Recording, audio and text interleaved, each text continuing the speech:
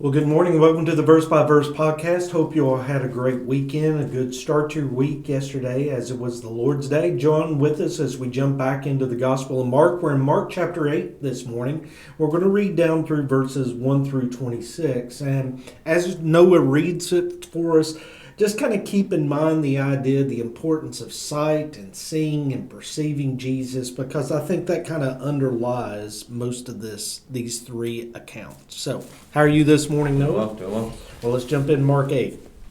In those days, when there was a large crowd, and they had nothing to eat, Jesus called his disciples and said to them, I feel compassion for the crowd, because they have remained with me now for 3 days and have nothing to eat.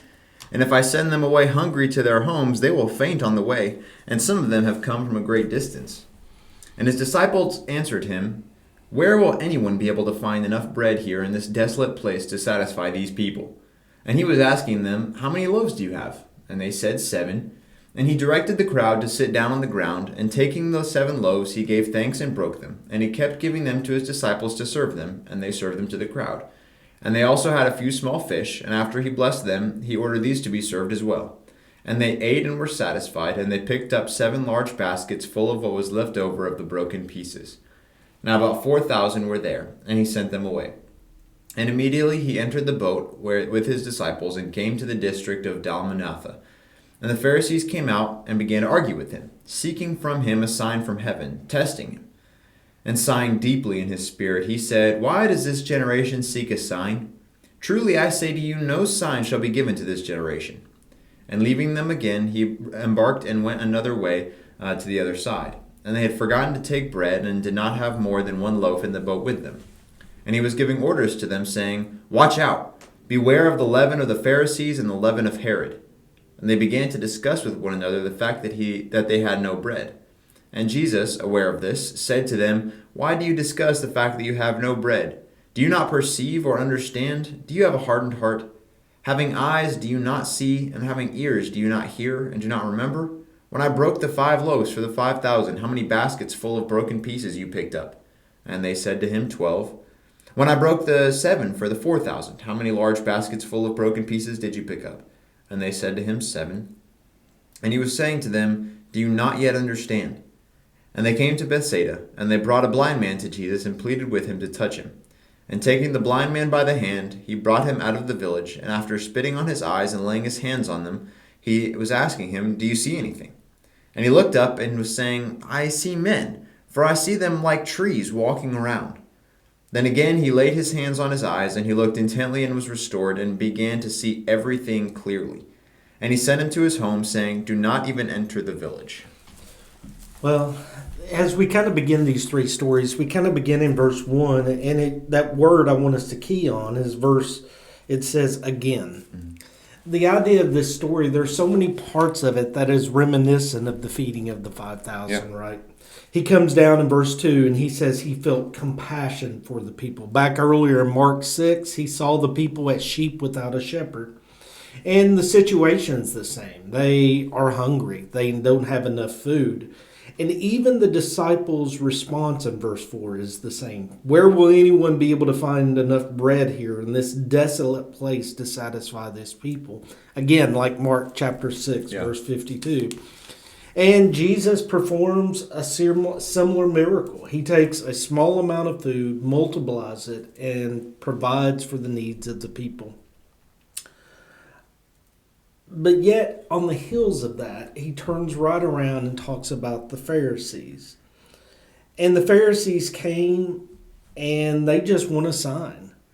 And what's amazing about this, I'm not suggesting that the Pharisees witnessed this sign, but Jesus had provided signs. Mm-hmm. But yet they were treating Jesus like a one-trick pony. Consumerism, he's a vending machine here. Fact is, Paul would say in 1 Corinthians 1, the Jews were always seeking for a sign. They always wanted something more before they would commit to following him. They get in a boat, and the disciples fail to take along enough food, and they're worried about where we're going to get something to eat.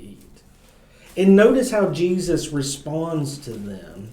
He says, having eyes, verse 18, do you not see? and ears do you not hear? Have you not witnessed these things?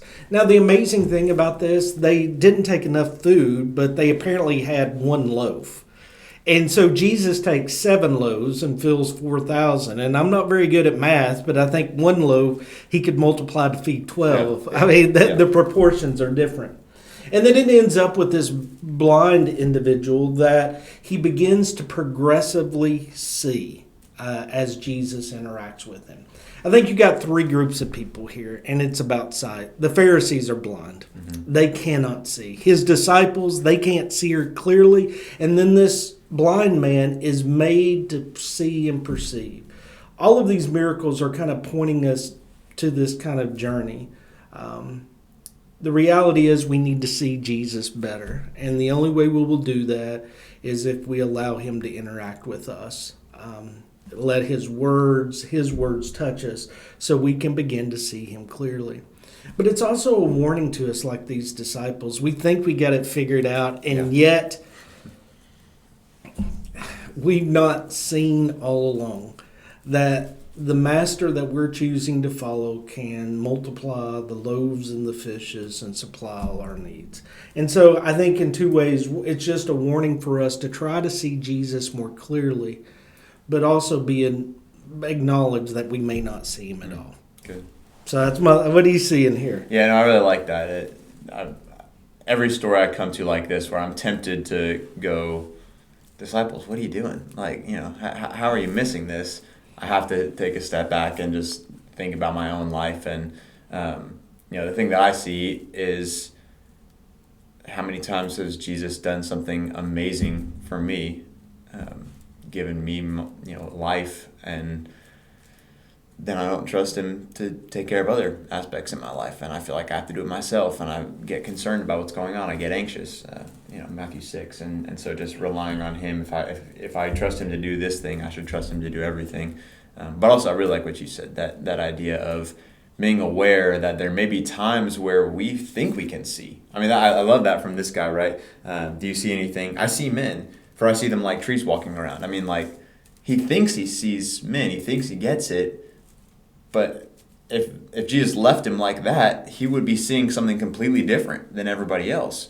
And so how many times do I feel like I get it? I feel like I've figured it out and I can see clearly, and I need to trust Jesus to finish that, to bring me to the place where I should be. I think that's really helpful for me.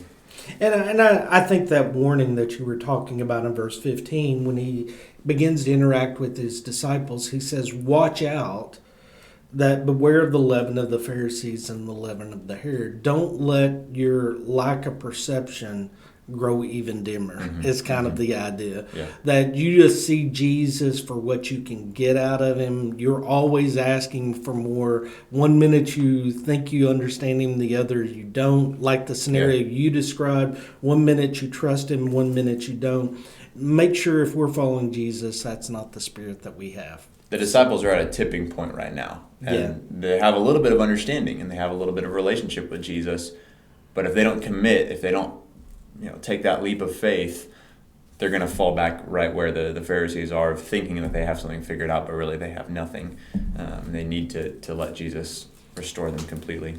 I think another interesting thing here to me, and I don't know how much to build on this. So he says in verse 18, he's talking about, do you not see or understand? That's verse 17. But then he links it to a hardened heart. And it seems like our perception also goes hand in hand with our memories. And how hard our heart is how we'll remember. Because when he asks them, he says, you not remember the 5 loaves for the 5,000 or the 7 for the 4,000? They seem to quickly forget because they had not allowed those events to penetrate their hardness of their heart, their mind. They couldn't remember those as they truly are. Just a wonderful set of stories, and just very challenging for us. But it's helping us to try to see Jesus.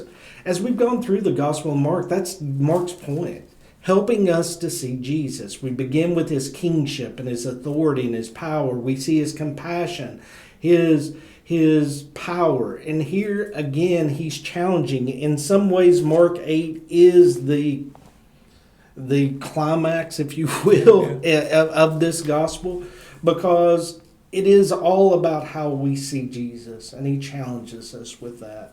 Hope that helps you today. Hope that caused you to think a little bit about this text. Spend more time. It's a great text. We didn't touch very much in it, but just to kind of prompt us to think about this a little more as we kind of begin to try to understand Jesus a little bit more. Hope you have a great week. God bless. We'll see you next week as we finish out Mark chapter 8.